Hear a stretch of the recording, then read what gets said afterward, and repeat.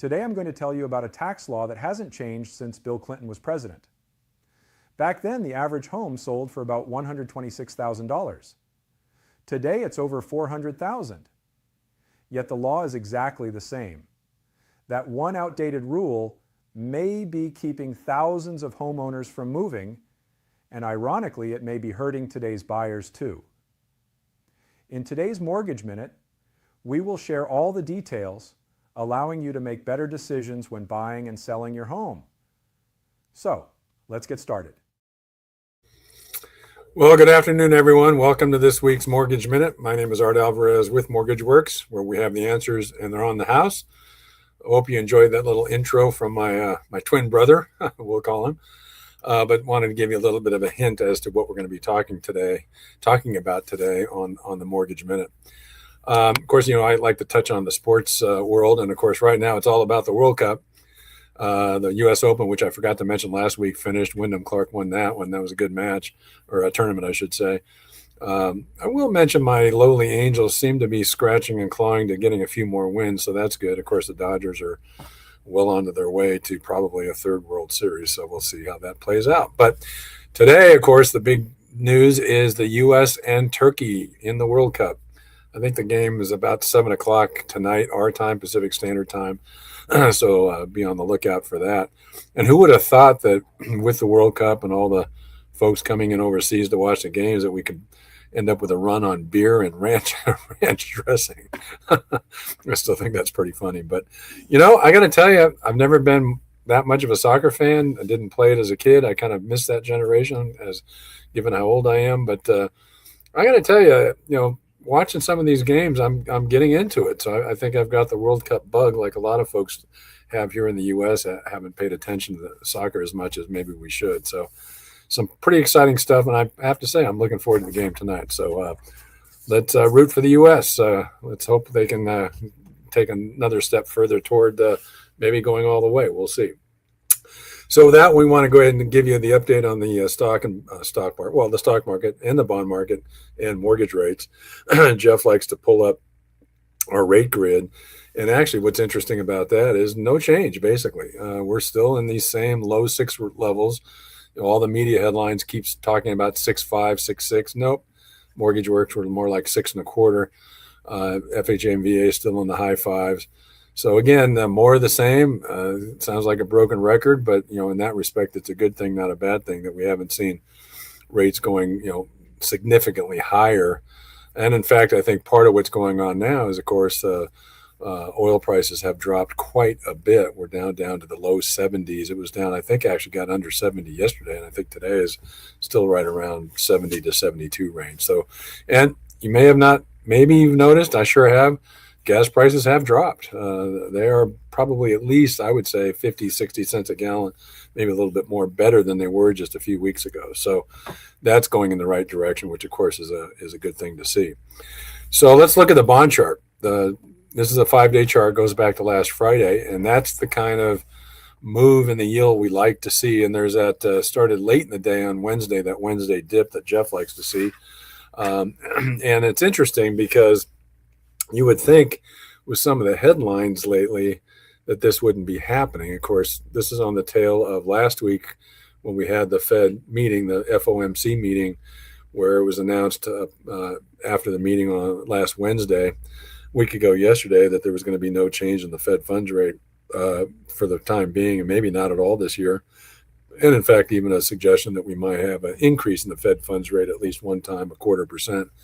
Before the end of the year is over. So you would think that would not be good news for the bond market and would help keep bond yields elevated. But yet, here we go. You can see 4.396. That's pretty darn good. And, we were approaching 450 just a week or two ago. So let's go ahead and get into a few of the data points so I can show you what may or may not be happening to cause some of these moves in the bond yields and the moves to the benefit. First thing is, and it was a kind of a light week calendar-wise for data points. New home sales, though, did come out this week, and the forecast was 632,000, an increase over the previous month in April. Well, it turns out the number was disappointing. Came out at 580,000, so a big drop from what was forecast and a big drop from last month. In fact, specifically about a 7.3% drop in new home sales. And when you dig into the details a little bit, essentially what the home builders are saying is, despite cutting prices, despite lots of incentives being offered toward financing for these new home buyers, it hasn't been sufficient to move the inventory quite as much as they'd like. And so that can be seen, obviously, in the May numbers. One thing that's going to do is cause builders to slow down on adding to their inventory. Worst thing for home builders to have a bunch of standing inventory where they're paying costs related to construction financing and so forth. So what you're going to see here is, these kind of numbers persist, and home builders are going to back off on building as many homes before, starting the new phase, want to get more sale contracts booked first before they start a new phase. And then when they start a new phase, probably a fewer number of units to try to kind of keep a handle on that inventory not growing too much. The big data point this week was the PCE, the Personal Consumption Expenditures Index. This is actually the Fed's favorite inflation gauge. And for this month, or I should say for the month of May, the forecast was 0.5%. April was 0.4%. And you can see there the core PCE May forecast was 0.3, a slight uptick from April of 0.2. And then what's interesting about this is that when you look at the headlines, because this data was released today, when you look at the headlines, where the most prominent one I saw is, PCE is at a 3-year high, implying that rates are not going to fall anytime soon, and in fact could be raised. Well, let me give you what the actual numbers turned out to be. The May forecast was 0.5. It came in at 0.4. It came in lower than forecast. In fact, it came in the same as the previous month, April. How about core PCE? Forecast to be 0.3% after 0.2 in April. Well, guess what? It came in at the forecasted 0.3. So again, right on target as forecast. And then the core PCE year over year, because the 0.5 and 0.3 you see there, the first two bullet points, those are monthly figures. The core PCE, and again, core is excluding food and energy. The May forecast, again, this is an annual number, 3.4% versus April of 3.3. So again, up one tick, right as forecast. So when you look at this report, it's hard to draw a conclusion that, oh my gosh, inflation's getting worse. Well, yes, slightly worse, but as forecast. And again, remember that a big part of this number, as well as the CPI, the PPI, a lot of it is still related to oil prices. So all in all, these are actually, I thought, pretty good numbers for this particular data point release, despite the headline suggesting, more danger signs and inflation's getting worse. And you can make a conclusion or draw the conclusion that the bond market must be looking at this data the same way, because after all, the bond yields today, as you just saw in the chart we showed you, have improved the second part of this week, not gotten worse. So the bond market certainly has taken these actual release numbers in stride, and it did not reflect any sort of uptick in the bond yield that you otherwise might have expected if you only followed the headlines. So again, I can't stress that enough. And then my last item is personal income. That was the only other major data point that was released this week. And interesting, it was forecast to be 0.4% after a flat 0% increase in April. Well, guess what, folks? It actually came in at 0.7%. Again, that's a monthly number. So personal income did very well in May, well above forecast and well above what it was in April, 0.7%.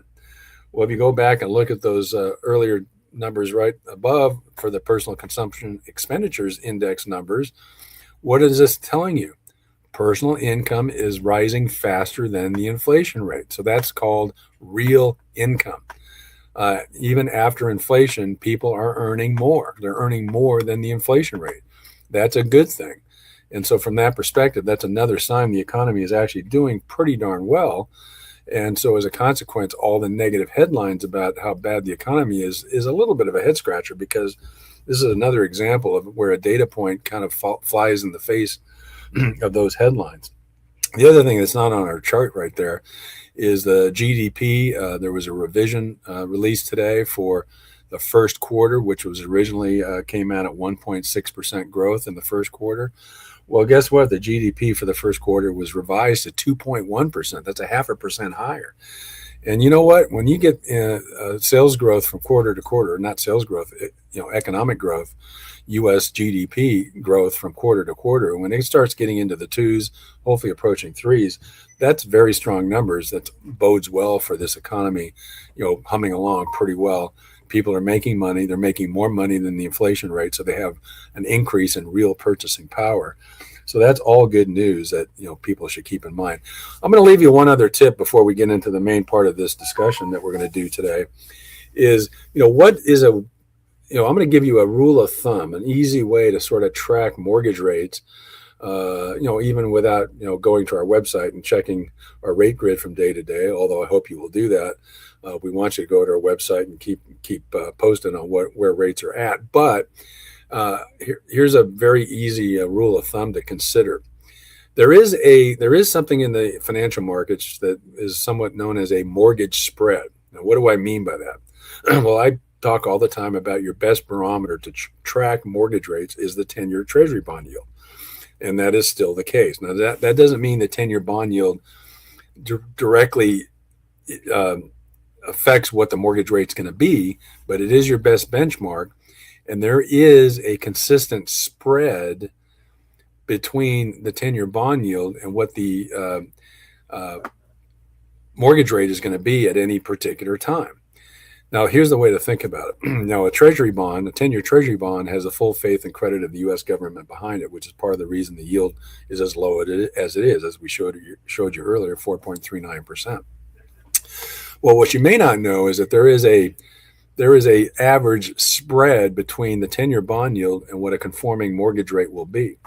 And historically, that spread has ranged from about 1.7 to 1.9%. In other words, if you look at a 10-year bond yield on any given day, you could add 1.7 to 1.9 to that and get it and have a pretty good idea where a conforming 30-year fixed rate mortgage rate is. So let's just use a round number. Let's call it 2%. So if we're at 4.39 currently, as we showed you on our 10-year bond chart, if you add 2% to that, what does that result? 6.39. Well, guess what? That happens to be right around the current level of mortgage rates, conforming mortgage rates that you see in the financial pages and the headline news, and of course the weekly Freddie Mac release of the average yield that they're of loans they're purchasing from lenders. No coincidence. Take 4.39 plus 2, and you got a pretty good idea where the mortgage rate is for a conforming conventional loan right now today. So keep that little rule of thumb in mind. If you're taking a quick look at the 10-year bond yield, just add 2% of that to that, and you'll have a pretty good handle on where a conventional conforming loan is. Now, that spread can change over time. And sometimes it can get a lot worse. It can get way out of whack from this historical average spread of around 2%. And about 2.5, 3 years ago, remember when the Treasury yield was getting closer to 5 and the conforming 30-year fixed rates were in the high 7s and there was concern we were going to hit 8%? Well, why was that? Well, the spread at that time, around 2023, wasn't at 2%. It was more like 3%. And that was because an additional premium on that spread was required because inflation was much higher than the inflation rate was much higher. And so there was more risk involved with that higher inflation numbers. And that's why that spread increased, even though the 10-year bond yield hadn't gone up by 2%. But the spread from 2% to more like 3% was a big part of the reason that we saw those conforming rates at that time get so high. Inflation has gotten much more under control. That's helped minimize risk, and has helped move that spread closer back to that 2% average norm that we've seen over the history of mortgage rates. So just keep that in mind as a little rule of thumb to use if you want to just check the 10-year bond yield real quick, and then, like I said, add 2% to that, and you'll have a pretty good handle on where a conforming convention is right now as of today. Okay, with that, we're going to go ahead and move into the main part of our conversation, and that's going to have to do with something that's been in the news lately. And so this is something that Jeff and I want to talk about. And I wanted to bring it up because part of my activities involved with the Greater Palm Springs Realtors Association. I'm on the board of directors. I'm also president-elect of the association. And part of what we do, both as an association and then at the state level with the California Association of Realtors, is we focus on topics that we want to be an advocate for in terms of changes in the real estate world in terms of regulations, but also legislation and how that can affect the housing market and basically hopefully affect home buyers in a positive way.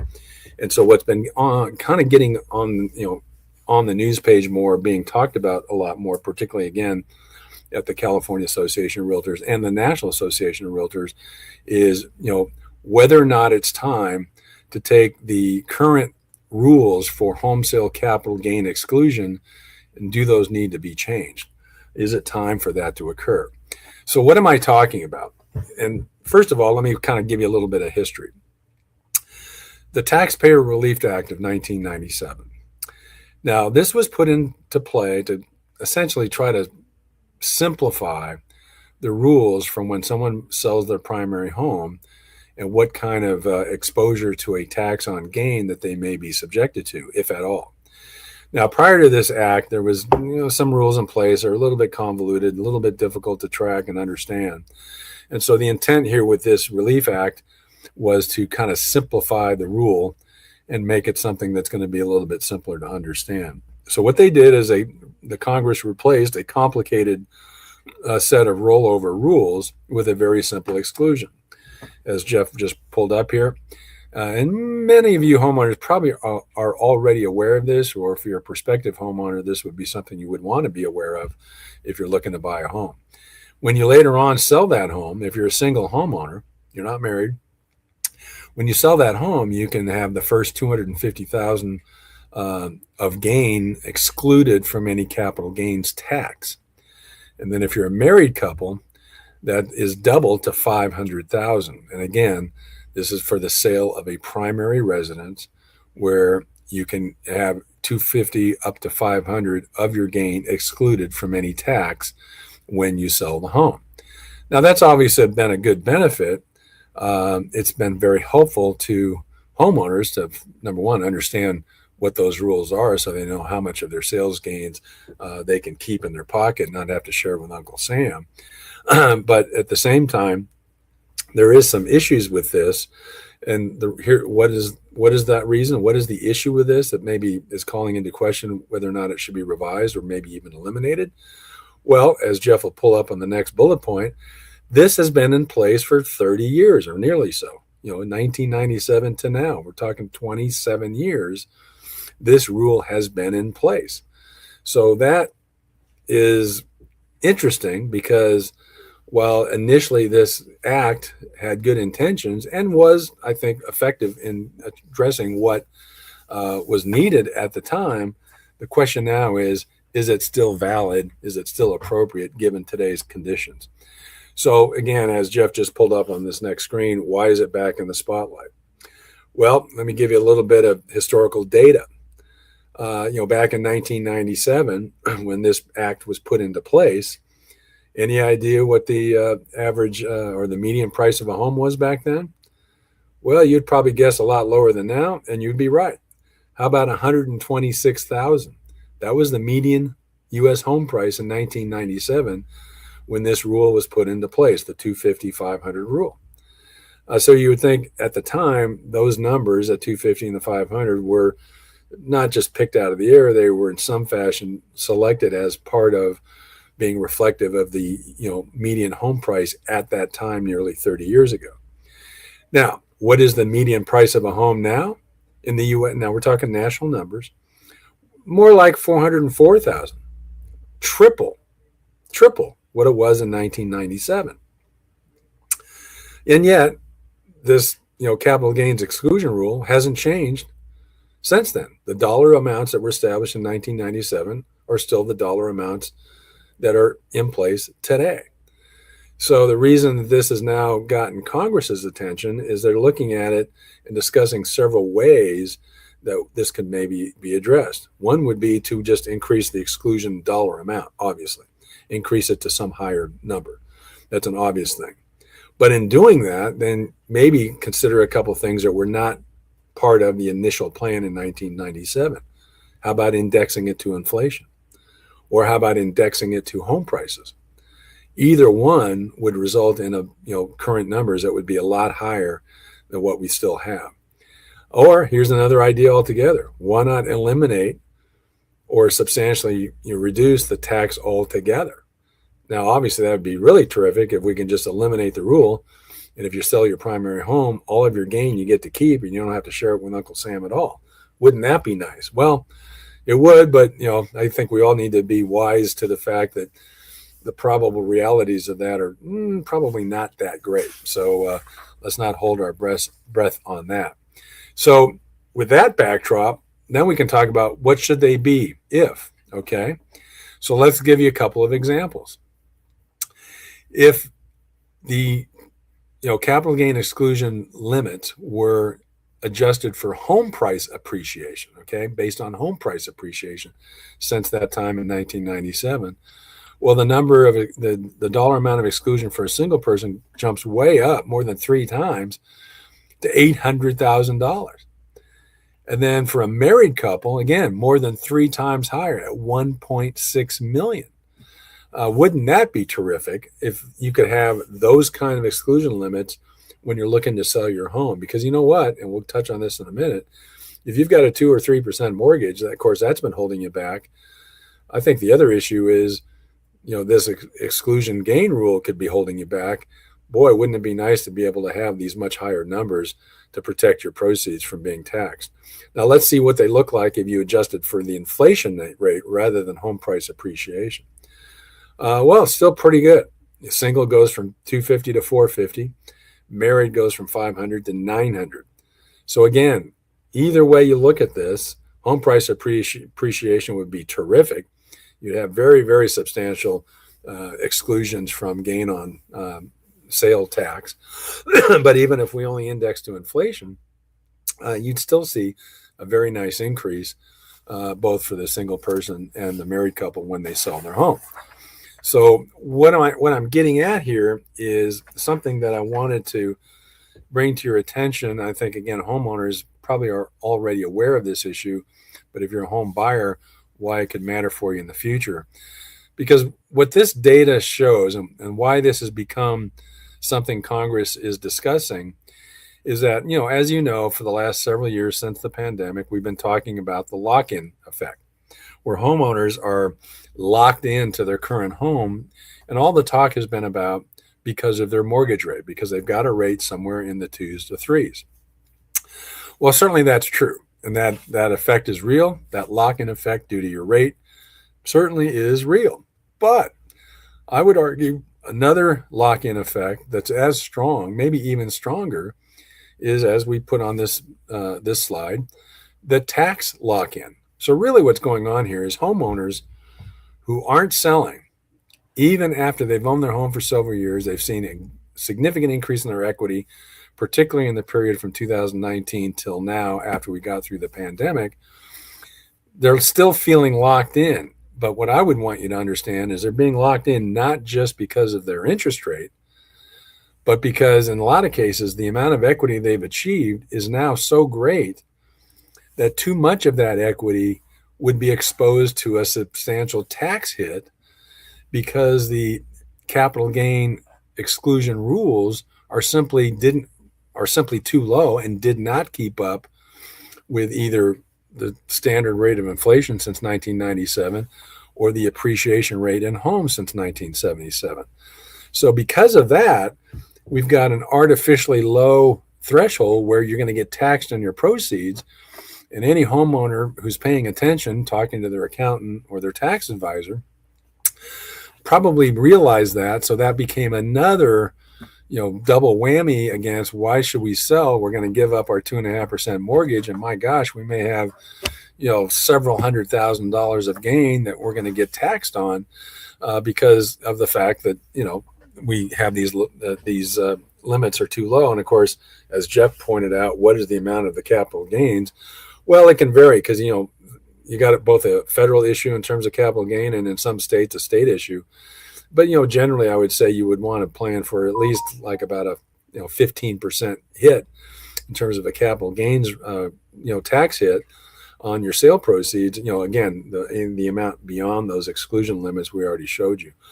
But as a usual disclaimer from me as a mortgage guy, a loan guy, is you definitely want to check with your tax advisor, be it a CPA or a tax attorney, and they can guide you as to what those capital gain rates are and what you're going to be exposed to when you sell your home.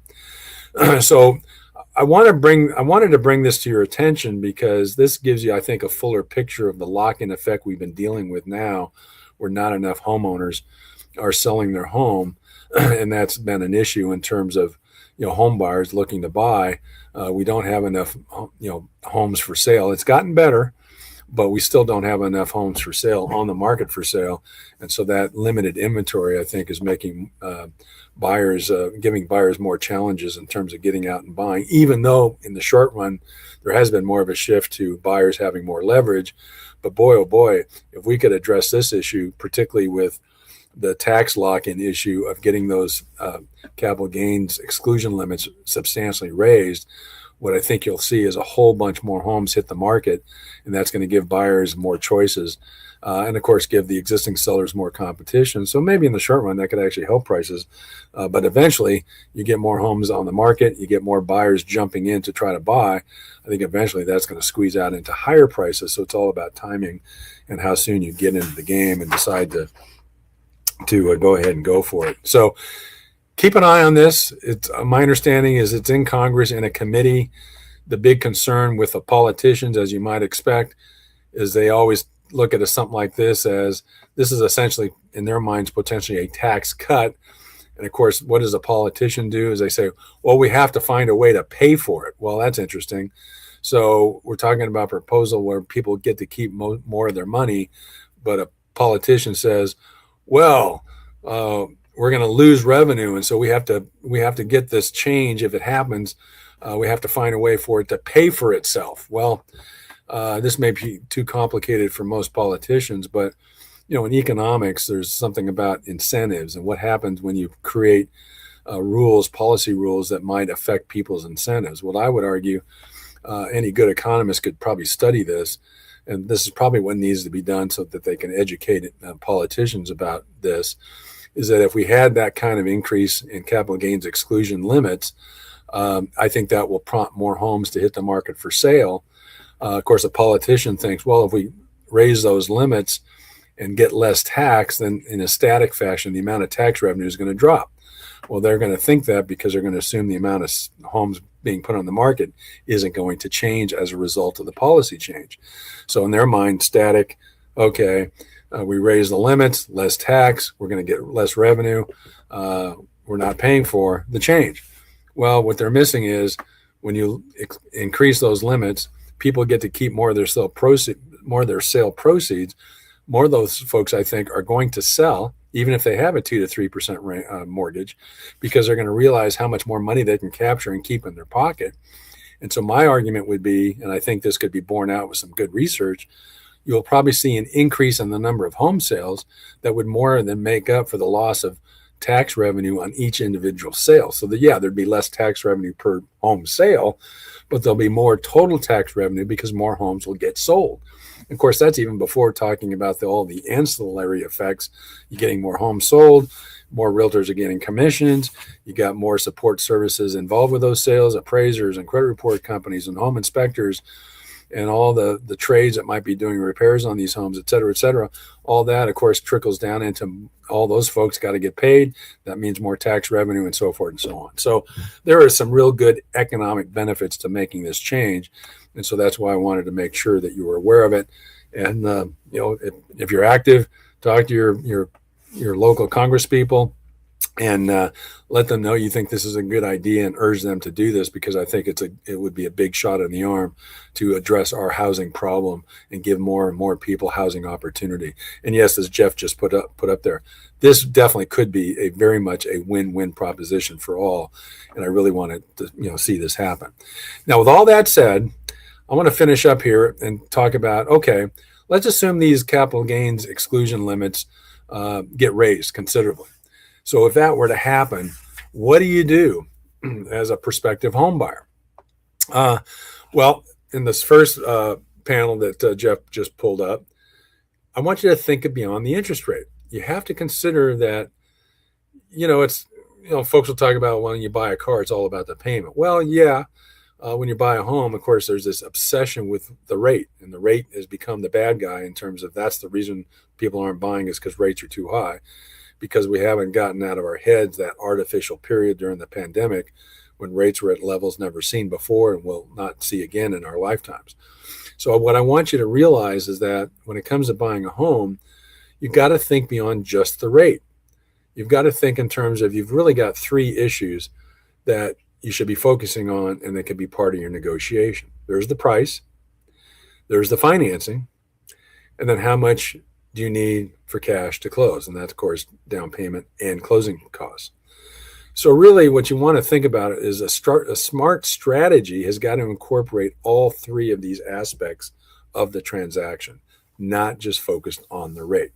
So that's point number one. Now, point number two is one option to consider. And what you would do here is use your purchase price for a seller paid buy down. Now, obviously not news. I've been talking about this forever. Some of you are going, oh my gosh, here comes Art again with the buy downs are the bomb.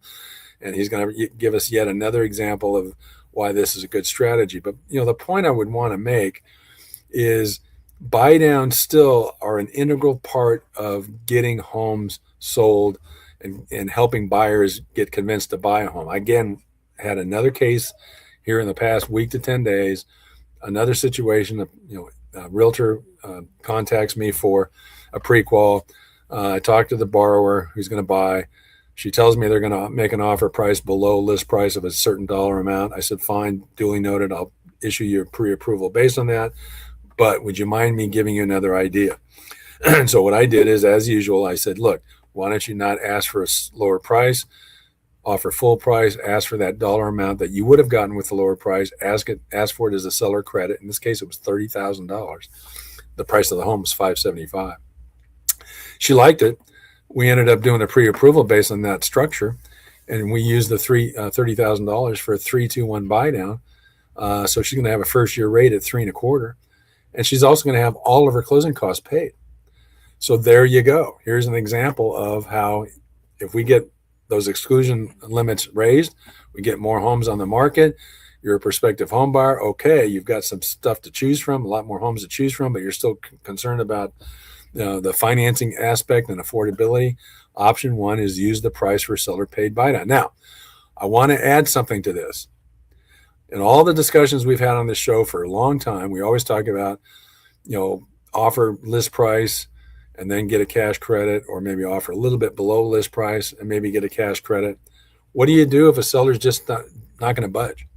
They don't want to offer anything. They don't want to take a lower price. They don't want to offer a seller credit out of their proceeds. They want their price and they're sticking to it. Well, let's assume you end up deciding you like the home so much you still want to buy it, but you still want to get a chance at doing something with the loan, but with the buying down of the rate. Understand, and I've been involved in a few of these, think of it this way. In your offer price, offer a price where you are essentially financing your temporary buy down through the seller's money, but you're doing it by offering above the list price. In that case of $575,000, you could offer $605,000, still ask for $30,000. So you're still netting the seller that $575,000 net that they are adamant they want, but you like the home so much you're willing to do that. So offer $605,000, still ask for the $30,000, and then that way we could still do the 3-2-1 buy down. Now, what's to watch out for? Yeah, appraisal. What if the appraisal comes in low? Yes, that's a risk. So you do have to be careful about this strategy. Talk to your agent about it in detail.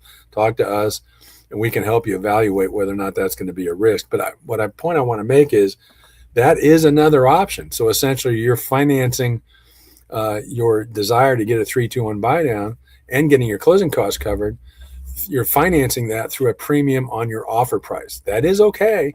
Again, just be mindful of appraisal issues and making sure you think that that home will appraise. But that is a viable option. I've been involved with transactions like that, and it really does work. Now, the next option, number 3, that Jeff just pulled up, is using lender credits to reduce your cash needed to close.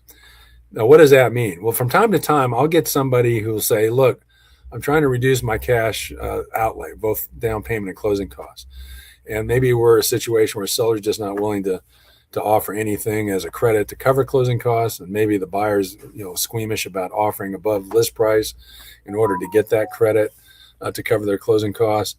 Is there any other option? Oftentimes I'll have a borrower say, hey, can I finance my closing costs into my loan amount?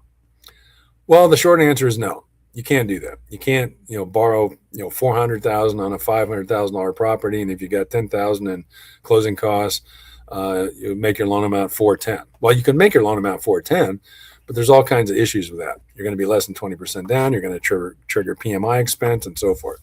So, from a practical reality standpoint, financing your closing costs into your loan amount is not a workable solution. But what is, you can finance your closing costs into the rate. This is what number 3, the option 2, is, using a lender credit to reduce your cash needed to close. What that means is, if you can check with any lender, check with us, and we'll tell you probably what's the market rate today for a conforming conventional loan. And I would tell you today it's 6.25%. Well, let's say you're buying a home, you're putting a minimal down, and you're really scraping. You would like to get your closing costs covered. Seller isn't willing to help you. Do you have another option? Yeah. What you would do is take that rate, 6.25%, and raise it. Now, we have to determine your debt ratio is still going to be okay, but let's assume you've got good income, and that's not going to be an issue. Raise the rate that you select so that instead of getting 6.25% at 0 points, get 6.75%, 0.5% higher. And then guess what that means? You'll probably get a net lender credit that could be as much as 2.5% or 3% of your loan amount. And that is a lender credit from the lender, cash dollars that you can then use to pay your closing costs. So then what you can do, and when you look at these two options, option 1 and option 2, what I'm suggesting is we can either, we got a variety of ways we can attack this. Get a seller credit, either off a full list price or even a premium over full list price so that the seller still nets their list price. Get that credit, and we can use that to buy down your rate either permanently or temporarily, and have money left over quite often to cover all or most of your closing costs.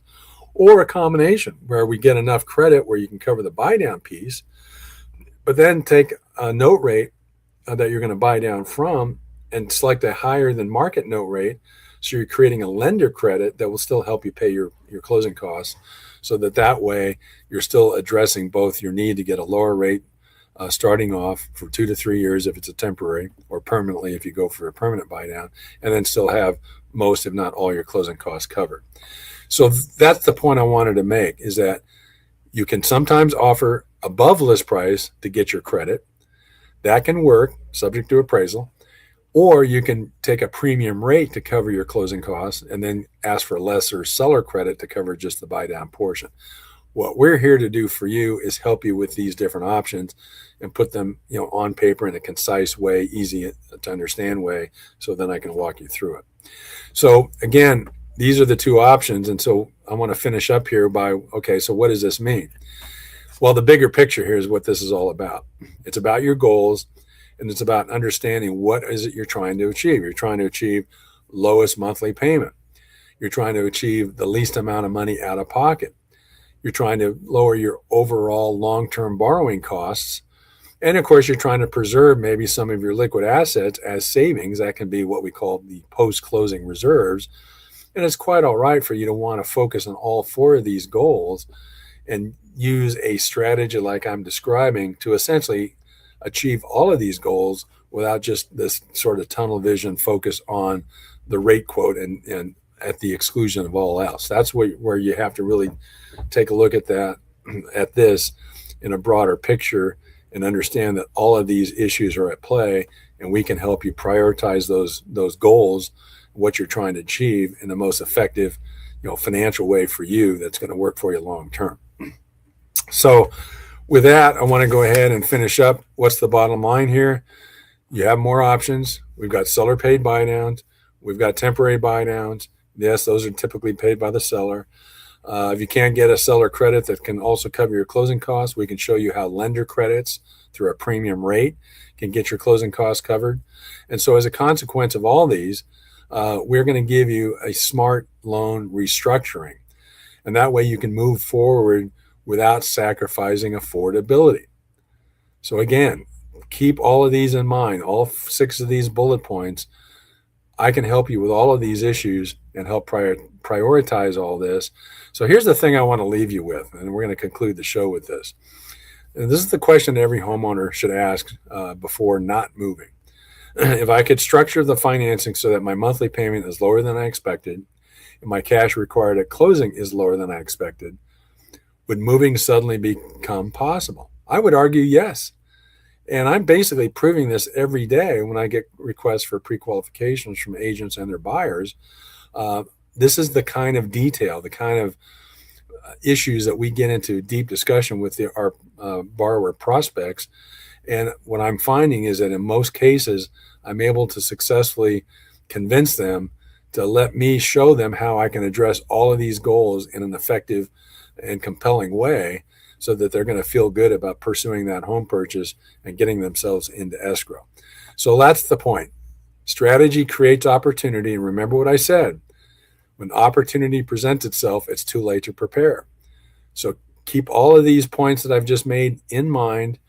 If you're looking to buy, you're still on the fence, I would argue it's time, especially as we go into the summer when you have less competition anyway. Summer out here in the Coachella Valley, a great time to purchase. You got more leverage, you got more negotiating power. So put all these into your think tank here, and I'll help you and help you structure something that's going to help you focus on the affordability issue so you feel good about buying. So again, as Jeff just put up there, schedule a call with me, give me a call, send me a text on my cell phone, send me an email. So again, there it is. If Congress raised the capital gain exclusion to $800,000 for individuals, $1.6 million for married couples, or if they eliminated it entirely, which would really be good, would that make you more likely to sell your home? Let us know that. We'd like to get this sort of impromptu survey. Let us know what you think of that question and give us your answer, and then we can share it with you on a future episode. Okay, so with that, I'm going to conclude this week's Mortgage Minute. I want to thank you for watching and listening to this week's Mortgage Minute. My name is Art Alvarez with Mortgage Works, where we have the answers and they're on the house. Enjoy your weekend. Be sure to check out that U.S. versus Turkey World Cup game. Let's go and cheer on the U.S. team and see if they can go all the way. So with that, have a good weekend. So long. Take care.